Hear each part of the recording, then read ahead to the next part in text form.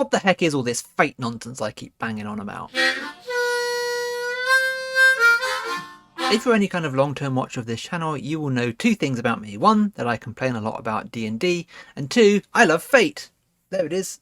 I love it. It's my favourite game, though it's one that I do recognise is hard to get to the table, but I'd like to explain why I like it so much. I run tabletop role-playing games for the experience of collaboratively creating a story with a group of players. It's what I enjoy to do. I'm not that interested in combat, I'm not that interested in mechanics, I'm not that interested in crunch. Just none of that stuff really does anything for me. I'm here for the collaborative storytelling elements. I'm here to create a world and a story which feeds off of the players' interactions with that world. A story that I have to continually adapt and build the elements of based on what the players do or what the players want to do. I want the player agency to drive my creative process. Anyway, I love Fate because it is one of the more extreme examples of that kind of narrative storytelling play, one that I fully recognise some players just simply won't get along with. And I just want to say up top that this is not a deep dive explanation of how to play Fate.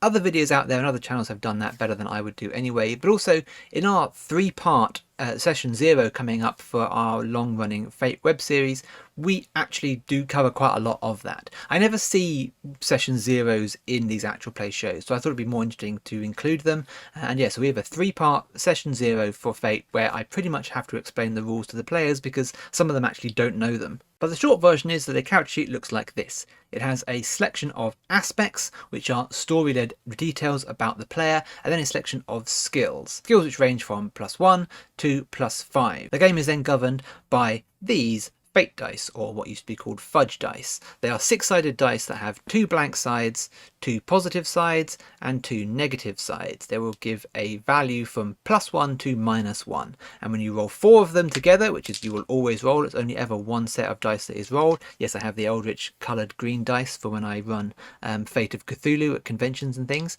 But yeah, you always roll 4 dice and it will give you a value between -4 and +4, with 0 being the average. 0 is the most likely outcome. Meaning that when you make a skill roll, you can sort of already game theory that you're probably just going to roll your skill. You're probably going to roll a 0 plus your skill.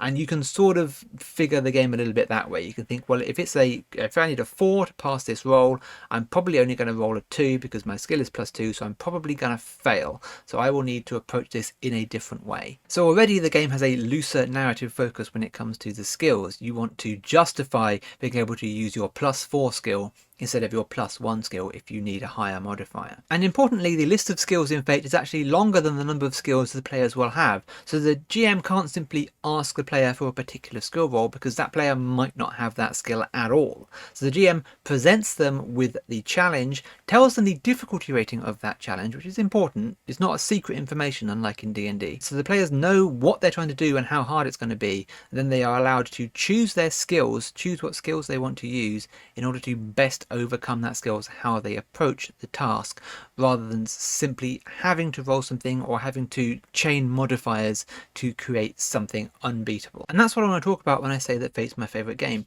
That vibe of creativity, of having to think outside the box, not simply having a binary, here's what you need to achieve, here's what you have to roll to do it, and now you either pass or you fail, and try and crunch the numbers if you can. Not to say that Fate doesn't have crunchy number systems, it's just, again, they are more narrative in their focus. And the best illustration of this is the aspects, as we saw earlier on the character sheet. Aspects are literal descriptive elements about your character, because character creation in Fate is a group effort. In fact, it's play. Character creation is playing the game in Fate. It's not simply something that you do off screen and then show up to the game with a character.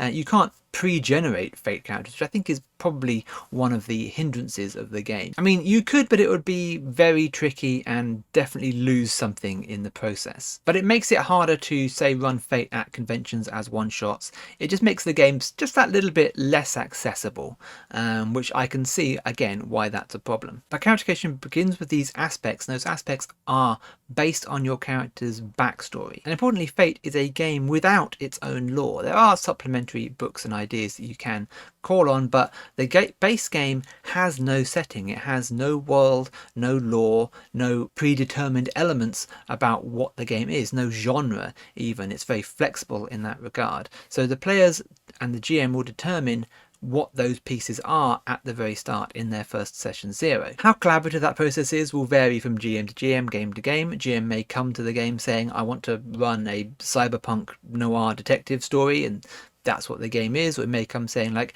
hey, what do we all want to run? And everyone's like, pirates and space and whatever the hell else, and then those thrown into the melting pot, and we come out with a totally unique game in a unique world. That's one element that's very different about most games, the fact that Fate doesn't have a lot of predetermined elements that the players can come in and simply learn off of. Again, creates that little disconnect that maybe makes it game less accessible to the players. You've got to come in with your thinking cap already on, ready to contribute to the building of this world and the building of this game. Again, you don't have to. Maybe your GM just wants to run a particular kind of game in a particular kind of world, or you're just happy to sit back and let the other players fill in all those details. Totally fine, but it is definitely a more complexly creative process than games that come with their own predetermined logic and rules. But once the establishment of your world is out of the way, character creation will begin with these aspects. Players will create a character who would exist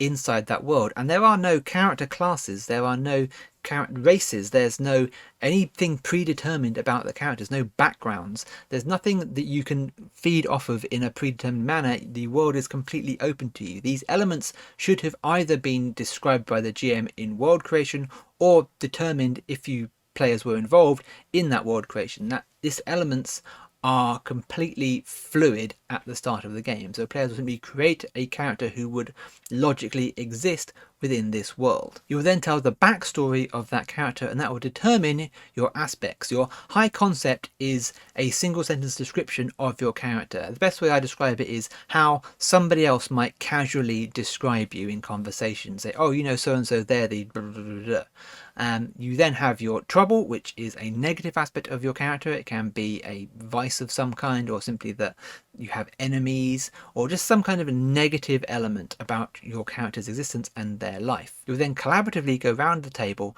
and tell a story of how your characters know each other, or how they've interacted in the world together, or how they've simply crossed paths in some way. And that will build the next 3 aspects. That backstory, that collective backstory, will build the next 3 elements of your character. They may determine relationships you have with the other characters, relationships you have with NPCs, your existence within the world. They may just simply be items or locations that are important to you in some way. They are very much open to interpretation. But the story you tell together can be as elaborate as you like. You're just going to pick out one element, probably the most important element, and turn it into a single sentence descriptor of how it impacted your character. You're going to do that 3 times through a method of your choosing, but generally it's done by passing your character sheets around the table so that you interact with the next person along, but you can do it other ways. And by the end you should have 3 additional aspects to make 5 aspects total that make up your character's impression upon the world, or things that are important to your character. Now you can mechanically feed off of these during the course of the game. They can be very simple, like your character could be obsessed with swords, and you could use your obsessed with swords element to have a secret hidden blade up your sleeve at some point, or the fact that you know you can immediately tell what kind of sword killed somebody at a crime scene. You can add in those ways, or they can give you bonuses to your dice. They can give you +2 to a certain dice roll, or they can give you the ability to re-roll your dice if your roll was terrible. There's elements they can feed off of. Again, I'm not going to go into a full rules description, but those are important things mechanically going forward in the game, and they should inform how your character interacts with the world. And they will likely be completely unique, considering you have created this story with this group of players for the first time at the table here. You will have a character that nobody else has ever played. Nobody has ever been this. Somebody else will have played some kind of, storm giant cleric of some kind. Maybe you can create something unique in D&D, but you're probably not going to. Whereas this is 100% a unique character to you that you are now playing in what may well be a completely unique world that you have collectively brought together with the other players. And if you can get on board with that creative process, it will really get you into the mindset of how the game Fate is intended to work. It is intended to be creative, narrative, storytelling, and then you just fit the game into it afterwards. You explain what you want to do, and then you will fit your skills, your aspects, your other elements into how the game works. Another example of that is how wounds are dealt with. There's a certain amount of wounding that you can simply absorb as a character, but at a certain point you're going to start taking consequences, and consequences are narrative effects. They can be something as simple as a broken leg. Your character now has a broken leg. You now have to roleplay as if your character has a broken leg. Are you running away? No, you are not. Are you jumping off the roof? No, you are not. You have got a broken leg. You are suddenly very hindered. And this doesn't have a predetermined mechanical effect on the game. It's not saying, oh, you have a broken leg, you're at negatives to these things and these things, now you have your movement speed is down to whatever. It doesn't have that kind of effect. There are some mechanical elements to it, but more and more it's narrative. It's about you recognizing that you now have to play the character in this way. You have to play a character who has a broken leg. You cannot do the things that you could do before. The other element that might rub people up the wrong way is that your characters have quite a significant amount of plot armor. There's literally an action you can take in the game that says that the GM is not allowed to kill your character in this scene. You can simply nope out of a dangerous scene and the GM is just not allowed to kill you. It's a get out of jail free card. And the intention there is that the characters are supposed to be significant to the story. There will be consequences within the story that are possibly much worse than your character simply dying. They could have rippling effects out that you simply cannot see yet. You should be more invested in the story and the world and the outcomes of those actions, other than just simply like, oh, you're dead now. Now, you can die, absolutely you can die, that's how it can be, but character creation is quite complex, so it's not something that you're going to be doing frequently. And I mentioned in a previous video that it does feel like in Dungeons and Dragons that your characters don't matter. If character death is always on the table, if you could die to any encounter or any bad dice roll, then your character doesn't matter.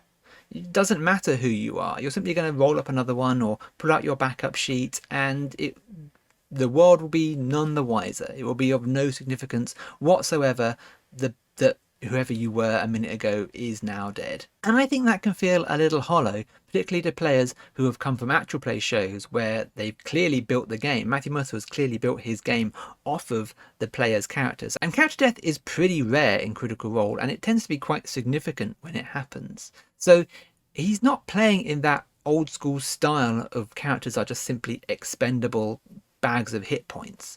No, people want to play, I think, if they've watched those shows, in games where their characters matter to the world, where their actions, they have agency. Beyond their character simply being a bag of dice being thrown at the enemy until they're all out of numbers, and then you just roll up another one and they come back again. No, I do think that people who have come from those shows do want something more significant, and something like Fate offers that. Your character is supposed to be important to this world and to this story. That's the intention. And I've said before that I sympathise that D&D is not really designed to be run that way. It's slightly strange to watch shows like Critical Role and Dimension 20 run the game that way, because it's just doesn't really work, at least in my opinion. Whereas the narrative structure of Fate presents your character as less expendable and the story as more impactful. The player agency, again, in my opinion, all of this is in my opinion, player agency is ramped up because what you are doing genuinely matters. And if your character dies, a significant portion of the story will be lost.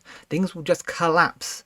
It will be a big deal. Now again, I will wrap up by saying that I understand Fate is a relatively extreme example of the other way of playing these games. There are games that are definitely more narrative led than Fate, but somehow a game that being entirely narrative led is more palatable. Say if you jumped into Fiasco, you can grok with that a little easier because it's a single one shot. You're just kind of throwing story ideas out there, whereas Fate has a structure to it and it has a chunk of mechanics, just that the mechanics are designed to benefit the narrative rather than the other way around. And I've seen Fate described as a game for game masters, and it very much is. It very much puts a lot of power into the player's hands. The players can actively, through the mechanics of the game, create NPCs, for example. That's just something that you can do. You can just declare, oh yeah, I'm going to create my uncle who fixes cars. We need our car fixed. I'm going to create an NPC that can do that.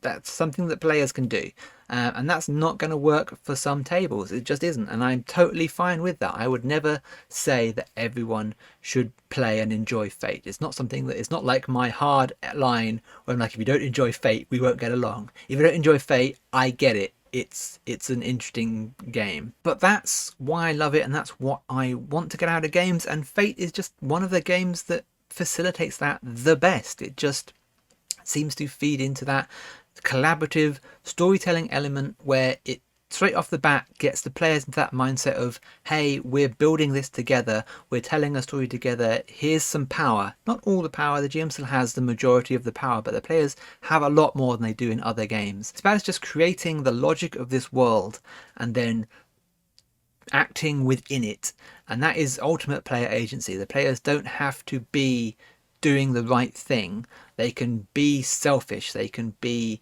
destructive, they can be, they can make poor decisions, whereas in D&D the party has to be kind of a monolith of the same like objectives and goals and morals, otherwise the game just sort of falls apart slowly. Again, like I keep saying, shows like Critical Role and Dimension 20 jam that creative freedom into D&D very clumsily, in my opinion. But that's my take. If you want to see more about the rules, then check out the 3-part session 0 that will be coming up next week. And yeah, I hope that was entertaining or intriguing or interesting. I don't know what this videos are supposed to be, but yeah, if you're curious about this Fate game that I keep banging on about, that's the reason I like it. That's the reason that I want to play these games, and Fate just seems to fill that for me.